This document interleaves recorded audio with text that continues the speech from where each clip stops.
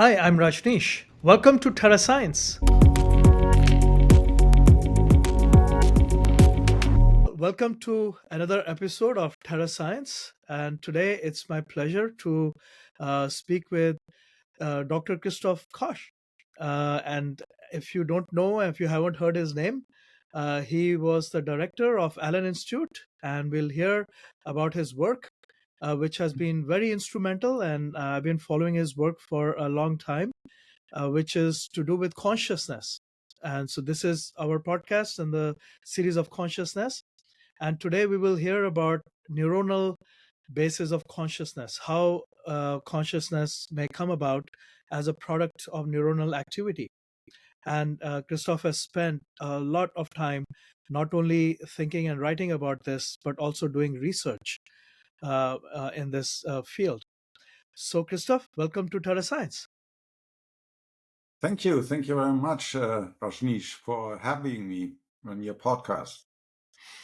Well, we have a tradition that we always give our guest, some initial time to tell us about your journey, how you got into researching the topic, and just some exciting aspects of your journey. Thank you. My background is in physics. I obtained a degree in a PhD in physics, particularly biophysics, but also minor in philosophy because I always had an interest where that voice inside my head comes from. And then one day I had this sort of epiphany early on. I had bad pain, toothache. And I wonder where that toothache came from, that feeling. And the obvious answer is, well, you have an inflamed tooth and that gives rise to electrical activity, and the electrical activity travels, along nerves into your brain all the way up to your cortex. And there it gives rise to this feeling of pain. But that doesn't, and I get that, but that doesn't really explain how this electrical activity, that's ultimately just the movement of ions sloshing around your brain, sodium, potassium, chloride, calcium, other ions that move inside and outside the neuronal membrane. Why should this motion of ions give rise to pain, and some other ions somewhere else in the brain give rise to pleasure or to having a near-death experience or being bored? I mean, and so this then raises the fundamental question: why is that? Why does anything feel like? Or put differently, what is the link between the physical world, the brain? We now know it's a brain; it's not the heart as people previously had thought. The brain and conscious sensation. And this mystery deepens as we know that much in the brain goes on without you having any conscious access, right? It's the vast domain of the unconscious, whether it's in my eyes or my spinal cord or in the cerebellum. There's, in fact, probably the majority of activity in your brain does start with computes in modern parlance. I mean, action potential is sent along neurons, etc., but it doesn't give rise to feelings. So how do these feelings arrive? Who else has them? I assume that you have them, although this is, of course, a challenge. This is why it makes studying consciousness more difficult than studying black holes or viruses. I don't have direct access to your consciousness, right? In fact, I can live for decades with someone else, and I don't really directly experience them because all I have is what they say and how they respond. I have their behavior ultimately writ large, right? That's true for anything. We only know about our own consciousness directly. This makes consciousness studying challenging, but not impossible. We inferred in you, in people. I inferred in babies that can't talk or in people who had a stroke. I can infer it indirectly in my dog. But how far does this inference go? What about creatures that are very different, like a squid? We don't, an octopus, we know they're capable of very complex behavior, but I don't directly know. What about a microbe? And then of course the challenge is today, what about ChatGPT? ChatGPT talks or speaks very eloquently. It can definitely pass the Turing test for intelligence, but then we know intelligence is different from consciousness. So finally, ultimately, I need some sort of scientific grounded theory of consciousness that explains how consciousness fits in with the rest of the world. Yeah, and that is of a great interest to me as well. And I think before we delve into what consciousness might be and how it comes about, one question that I ask everyone is, what is consciousness? How would you define it? Because if I ask different people, some will say that consciousness precedes life, or it was there before life was there. Some other people will say consciousness is awareness. So it's a whole range of definitions, even the word consciousness, that different people may define differently. How would you define it? The standard definition, it's any experience, being bored, being in love, being angry, seeing you, hearing you, any experience, no matter how trivial, no matter how, expanded or elevated, any type of experience. And so awareness, consciousness, phenomenology, experience, those are all different words that essentially all denote the same thing. Some philosophers have the term qualia. It feels like something to be in love. It feels like something to be angry, to be bored. Again, it's all the same thing. It's this ephemeral, seemingly ephemeral thing called feelings, but then of course it's the only thing that I have directly access to. I mean, this is the basis of the most famous dictum, the most famous dictum in Western philosophy, cogito ergo sum. René Descartes concluded this 500 years ago. The only way I know that I exist, the only way that I know anything exists, is because I'm conscious. In a deep sleep, I'm not conscious. I don't exist for myself. There's nothing. For me personally, there's nothing. Presumably, when I'm anesthetized, being prepped for surgery, again, for me, subjectively, there's nothing. The only way I know there's something, including me, is that it is because I'm conscious. So it's the central most aspect of reality. And so science, if ultimately we want a complete picture of everything in the universe, it must include the central fact of our existence, namely that we're conscious creatures. And we are conscious, as you said, by experiencing the world around us. And like you mentioned earlier, so how far back does that go? Can prokaryotes, can early life forms, when they experience temperature or experience chemicals, uh, whether they were aware, how much aware they were? And so the where do we draw the line with the experience and awareness of the experience, or knowing the experience? Well, okay. So those are two different things. So knowing that I have an experience, it's also called meta consciousness or Mm-hmm. self consciousness. It's different from having an experience. It's a subset of experience. So I know right now I'm talking to you, right? Right. I'm self aware enough to know that I'm talking to you. That's typical of adults, right? And babies or young children don't have really this self-awareness. They literally don't know what you mean by that. They're in pain. It's no question. A young child is in pain, but that's different from saying that the child knows that it's in pain. So typically self-awareness arises, age 4 or 5 or 6, and isn't even all that well developed in teenagers. And as we get older, we get more insight into ourselves, and so we have a better knowledge, this self-consciousness, this meta-consciousness. But, and of course, during other experiences, during certain types of psychedelic experiences, certain types of religious experiences, near-death experiences, there is no self. You can completely lose a sense of self, Mm-hmm. including having a sense of body, including being aware that you are aware, but yet you're highly conscious. So self-consciousness is a subset of all conscious experiences. Okay. Now, you asked me, where do we, if you look at let's say, the animal kingdom, where does consciousness stop? It's very difficult to say because it's an inference. As I said, I'm not even fully, I have no trouble believing that you're conscious. I have no trouble believing that my dog is conscious. But again, it's an inference. It's an inferential process. I inferred as the best possible explanation. I assume you're conscious because your brain is very similar to mine. You have a very similar evolutionary history. Your behavior is very similar to mine. So it would it would require a miracle to say, well, only I'm conscious, but because of some lawful relationship between my brain and consciousness, but you're not. That doesn't compute. Same thing with the dog. The dog can talk to me, but the dog, if I give you a little bit of dog brain and a little bit of human brain, no one but an expert armed with a microscope can say what is what. The basic hardware is very, very similar, certainly across all mammals.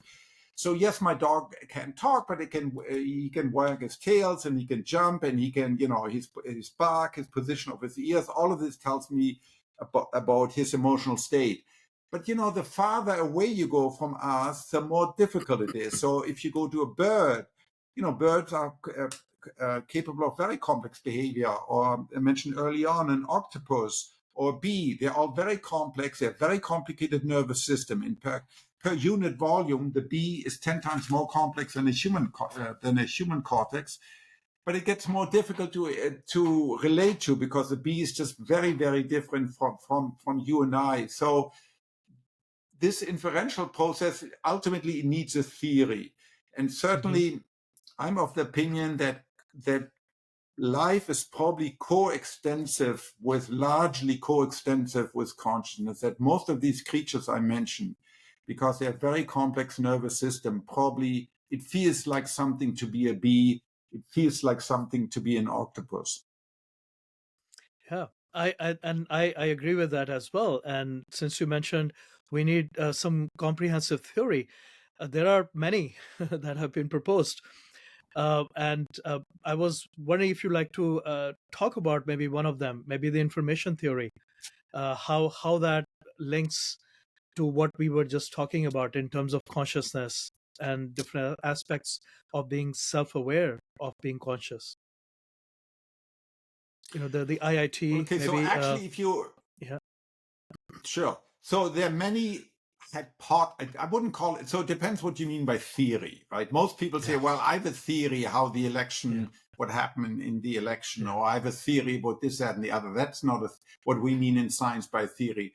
In science, we mean a systematic body of sort of basic assumption as small as possible.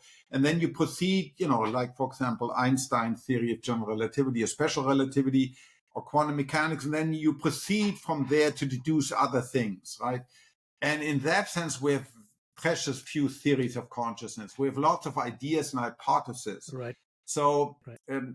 I've worked on this particular theory of consciousness called integrated information theory, which is really the intellectual child of a psychiatrist and a neuroscientist called Giulio Tononi, an American Italian scientist, Giulio Tononi.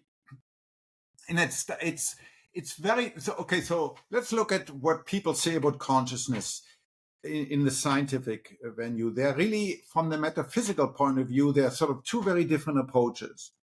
One is called computational functionalism, which is the most popular one today. So partly because of the way computers dominate our lives, we assume that ultimately everything, these people assume that ultimately everything is reducible to function and can be computed. That's why this particular metaphysical assumption is called computational functionalism. That ultimately everything, including intelligence, including things like consciousness, has a function and therefore can be computed. And so therefore, ultimately, if computers, once they mimic the function, let's say the function is to summarize the world and enable me to plan, well, then, of course, once we get computers that can summarize the world and enable them to plan or to talk about it, then they will also be conscious. Okay, that's a very specific metaphysical assumption, that ultimately consciousness is computable. I don't believe that. I think ultimately you have to start. So I start from a different point of view. I take what's fundamental prior to anything else is consciousness. The only thing I know is phenomenology, feelings. Mm-hmm. And from that, I have to infer a world, everything else that exists. And so I start with consciousness. I say, well, every conscious experience has some properties. It feels like something. It's very specific. Right now, I hear you and I see you in front on my monitor, so that needs to be explained. Every conscious experience is unique, and it's definite. There are certain things that are in the experience, and there are certain things that are out of my experience. Like I don't experience my blood pressure, so that needs to be explained.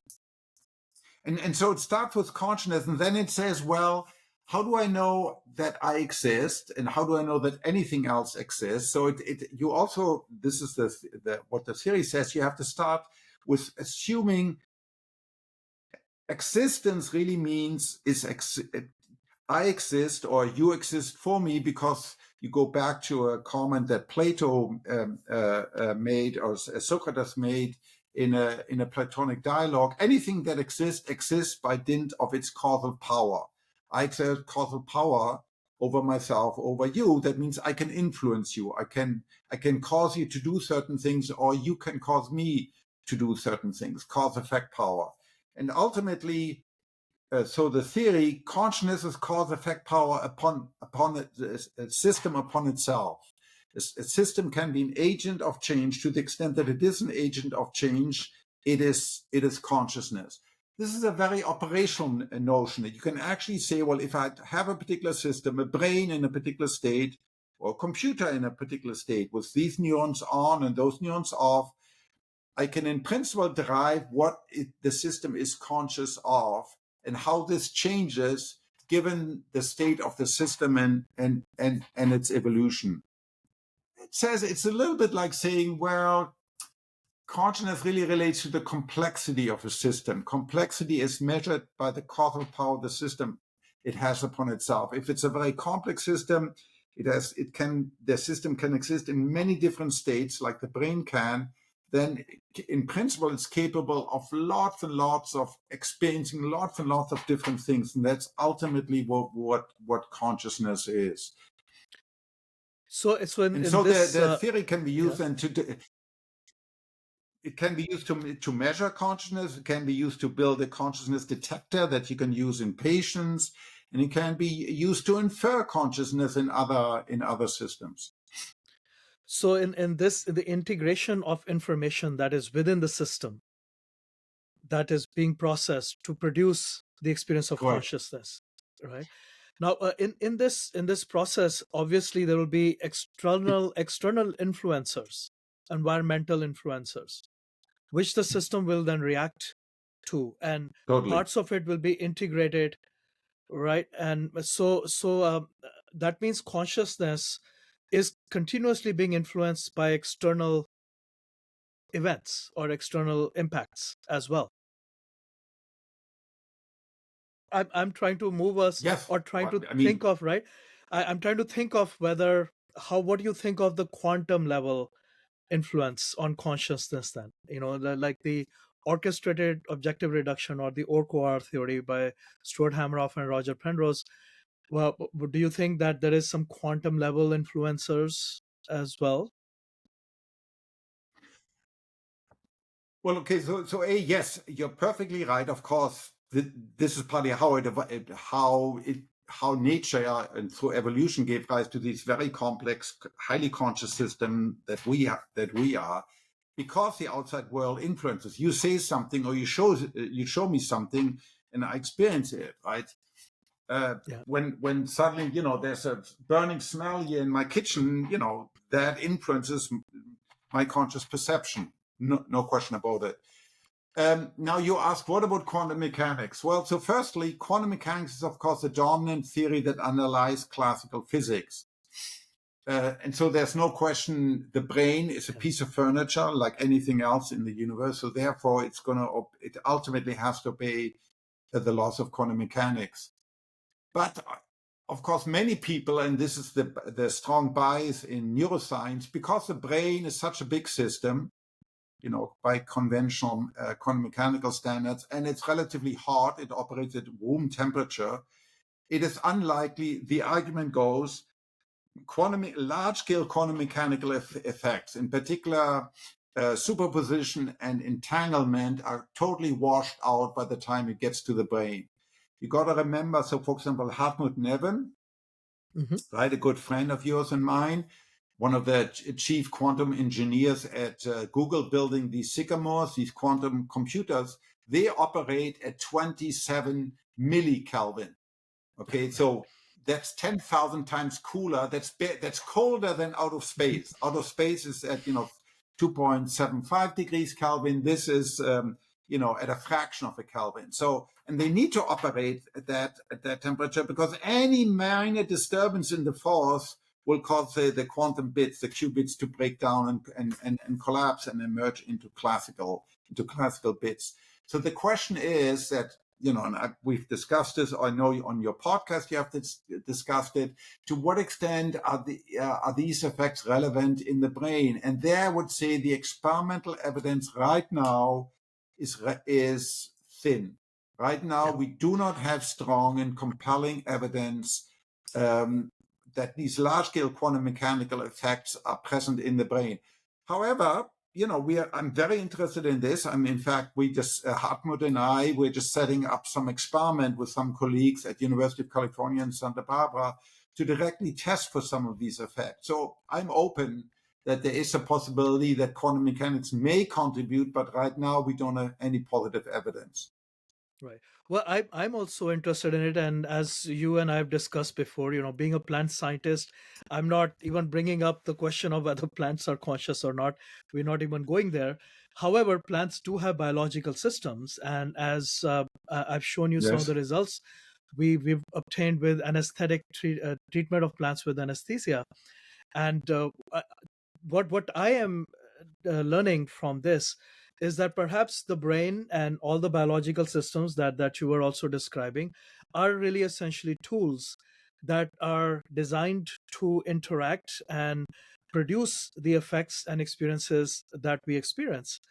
But underlying all of that is a further deeper information, which could be at quantum level, and maybe it doesn't need to operate in the tools. The tools are more systems that have been developed evolutionarily for us to connect to the outside environment, but maintaining a deeper internal informational system which is at quantum level. So in this sense, I use the example of photosynthesis, where light is an external influence, and then you need a system like chloroplast or chlorophyll pigments to then capture that information which is at quantum level, and then respond and have a completely uh, uh, uh, biological system at the temperatures at the wet level where it needs to operate. So that way there are two systems but operating in parallel. What do you think of that?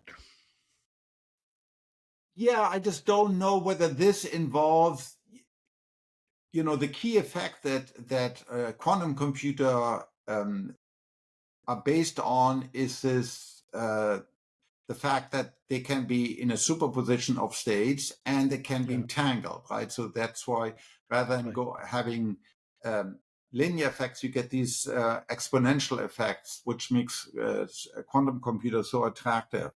And I just don't know whether that seems to me a purely empirical question. Does that occur in biology in general, or neuroscience in particular? In brains, let's say in fly brains or human brains, and right now I still have not seen convincing evidence that I would call convincing. And certainly, if you ask a vast majority of my colleagues, my neuroscientist colleagues, they would also know there is no evidence for it. Yeah, I also think that computers, the consciousness is not computable. I think the reason for that is we don't understand the computational the aspects that lead to understanding, for example, of things. And unless if we can have computers that can understand and reproduce new thoughts and new ideas, I don't know if we are. I don't think we are even close to that in terms of computing. But our brains, in a way, are computers. So if we were to look at a physical system like a brain, and we look at signal transduction mechanisms, then, like you were saying, the integrated information theory is about how a system can integrate information and respond in a biochemical way. So that then separates the experience or the qualia type things Still, we don't get there, but we start to establish a system, a mechanism where biological systems like neuronal activity and all of these things are playing an essential role in the overall experience. It's just, I think it's okay for us to accept that we don't have the full picture, but that it's going to be Oh, within. totally. Yeah, right. But it's going to be there's going to be a combination of quantum level processes which then are translated into biological processes at a completely different way. Is that a Yeah, I mean, if you possibility say of the brain consciousness? computes, well, so I mean, you say the brain computes. There's no question the brain is a physical thing. If we Yeah, stay within physicalism, is a physical thing. As I said, it's a piece of furniture. It's not. right, It doesn't follow supernatural laws. It follows the right, natural laws that everything else has to follow. Whether it's a plant or a human being or a star, they all yeah, follow in the same laws. The brain doesn't get an exception from that. But computing, I mean, computing implies something very specific. And so, for instance, we don't say the heart computes, or we don't say the liver computes. Computing right now is this particular metaphor that works well for engineered system like digital computers. To what extent it applies to the brain, I'm not sure. The brain is a physical system. There's no question. right, And if you could build another physical system and it were identical to the brain, then this other physical system would also be conscious. There's no question about that. However, digital computers today, and certainly large language model, even if you posit that they can successfully simulate the brain, which isn't the case today, but maybe in 50 years from now, such a machine, such a digital computer would not be conscious because it simulates certain aspects of the brain, but it doesn't have any causal power. It's just like a weather simulation. A hmm, weather simulation, even a perfect simulation of a rainstorm, it does not get wet inside a rainstorm. You can simulate a rainstorm, right? But it never gets wet. So you can simulate the black hole at the center of our galaxy using Einstein Field's equation. But you don't have to be afraid that the simulation is so powerful that it's going to bend space-time around your computer and suck you into its gravity. Why not? Well, because it's just a simulation, right? So we shouldn't mistake the simulation for reality. Consciousness, ultimately, it's a causal thing. It has causal power upon itself, and you have to build those causal powers. You have to constitute those causal powers into the system. You can't simulate them, just like you cannot simulate gravity and you can't simulate a rainstorm. right. I think that I completely agree, and this is why maybe that causal property is inherent in space time. Maybe the building blocks of the physical system, they have to be connected all the way to the initial shape, a Yeah, we form know this is the taking shape. case, and Yeah, we know this is the case for gravity. So, right. gravity's curvature in space-time. So in that sense, it is literally within Yeah, space-time. And so the only way really to get gravity is to bend space-time. It's not to simulate it. You can't simulate it. You have to build it into the physics of space-time. And same thing with consciousness. You have to build it into the physics of right, your system that you're simulating. So no large language model. Yes, it will be as intelligent. In fact, it will be able to do anything, Rajnish, that you and I can say or do, but it won't be what you and I are. right, It won't be conscious, although it can do everything you and I, including it can say everything in right. principle that you and I can say. And that's an important distinction. That's a very important distinction It's between them. absolutely essential. Yeah, yeah. Well, I wanted to mention a couple of your books. You have written quite a few. I think there was 2019, The Feeling of Life Itself, and then one coming out excitingly in 2024. And this book is will be available in a few months, I think, and it's titled "Then I Am Myself, the World: What Consciousness Is and How to Expand It." Would you like to tell us a little bit about the book? Sure. So it's about some of the things we just talked about. It's about consciousness, what it is, how it fits into the modern scientific or philosophical view. But then I also focus in particular how to measure consciousness, in particular in patients that have lost consciousness, like disorder of consciousness.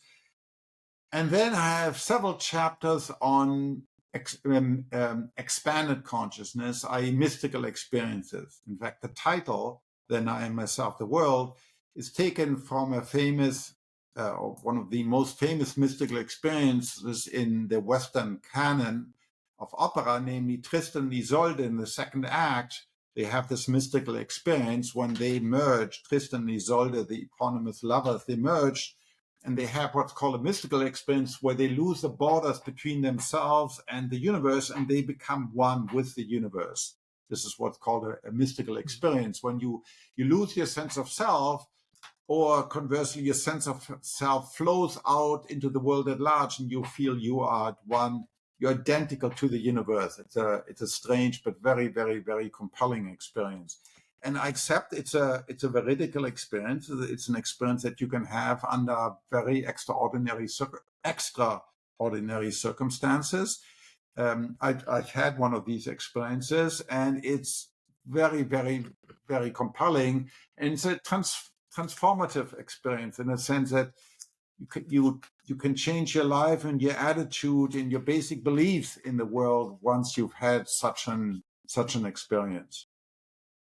Yes, And the question for me and as a scientist, how can how does such an experience relate to the brain?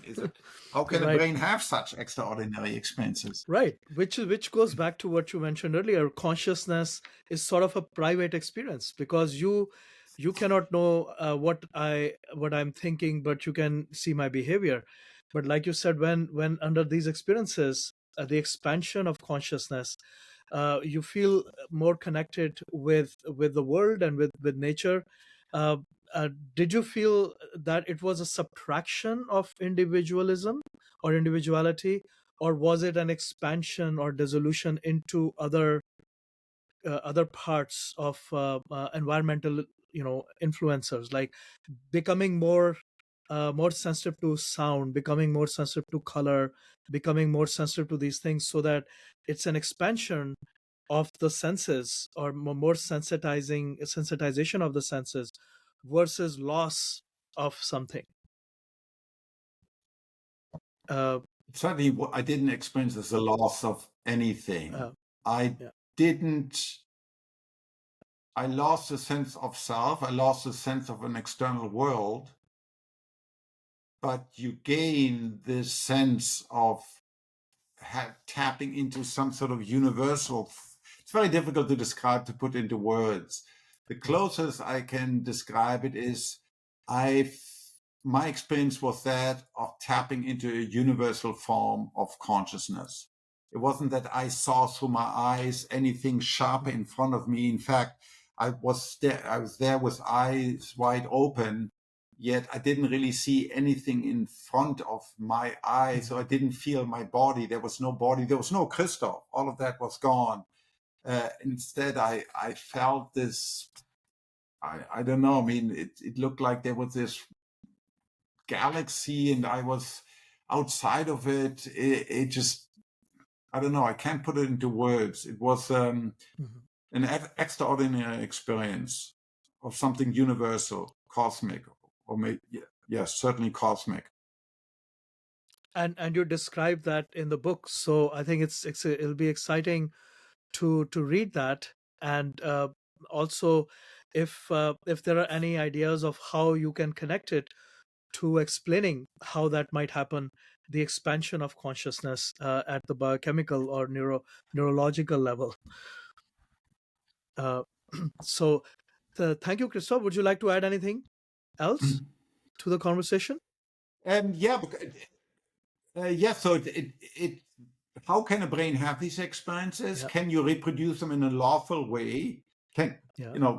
How can you reproduce this? And so, yeah, these are all partly these are empirical ideas that can be tested in myself, but also in other people. So this is not just something very metaphysical, but in some sense, it's the most real thing there is. And how can we obtain that or how can other people partake of this experience? Right. I think I read a little script about the book as well, and I think you also project that maybe by knowing this, by experiencing this, the world can be a better place. People can, with expanded consciousness, can do better things. Right. I think that's Yes, because you return from this very transformed, yeah. and you lose the sense of self. You know, the self is much less Right. important than you think it is. Yeah. You remove yourself from considering the world at large. Yes, so I think it Right. makes you a better person having such experiences. You become less ego obsessed. Yes. Yeah. No, it's great. I think this is great, and I look forward to getting my hands on the copy of the book, and we'll put links to that as well in the podcast. Thank you so much, Christoph. This was really wonderful talking to you, and I learned quite a bit about your thoughts about consciousness. And also, I want to mention the Science of Consciousness conference coming up in April, and you'll be giving a talk there on the IIT theory, and so that will Yes. be the end of April. I think 22nd to 27th of April, which will be in Tucson, Arizona. So any of the listeners who would like to All right. join, and yeah. Two things that motivate me are the beauty of our environment and the uniqueness of our planet, of course, but also the people I've met and the fact that people do want to play a stewardship role. Welcome to Terra Science. I thought microtubules might be processing information at this basic level. Here we are, another 30 years later. I can actually say it. I'm going to be a scientist. Excellent, you will be. What was fascinating is what emerged from that was also a transformation in their consciousness. If I try to do that, we're going to go down that rabbit hole. Because I wrote it for people like you to get a sense of field biology, for women to appreciate the challenges. In that process of detection, that molecule momentarily is bound to us. It becomes part of us. So it's this incredibly intimate encounter that we have with the things of the world around us. We are consistently asking what's wrong with the student rather than what's wrong with the educational system today. Maybe somebody will be inspired to also go into this field someday too. That would be amazing. Well, I hope so.